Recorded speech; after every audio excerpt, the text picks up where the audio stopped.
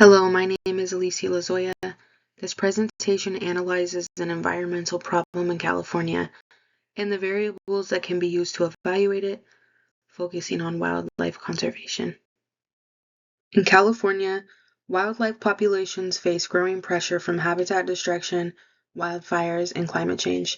In 2017, CDFW documented nearly 930 species at risk, and about 250 are officially listed under the state's Endangered Species Act.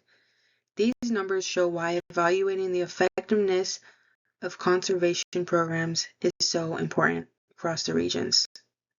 My evaluation question asks how effective the California Department of Fish and Wildlife's programs are in stabilizing or improving wildlife populations in regions that are affected by wildfires.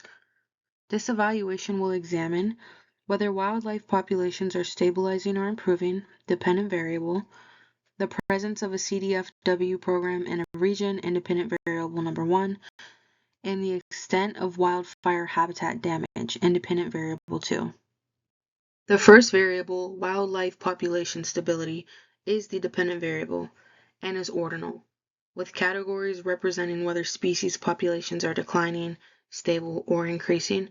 The second variable, CDFW conservation program activity, is an independent nominal variable showing whether a region has an active conservation program in place. The third variable, wildfire habitat impact, is another independent variable measured on an interval scale based on the number of acres burned annually.